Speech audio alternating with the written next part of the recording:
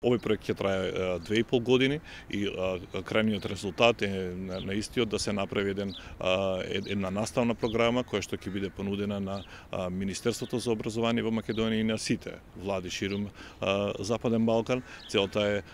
едноставно да се добие квалитет, целта е да се осознаат новините кои што ги нуди националната инфраструктура на просторни податоци. Ние како Република Македонија сме во случајов и Агенцијата за катастар и недвижности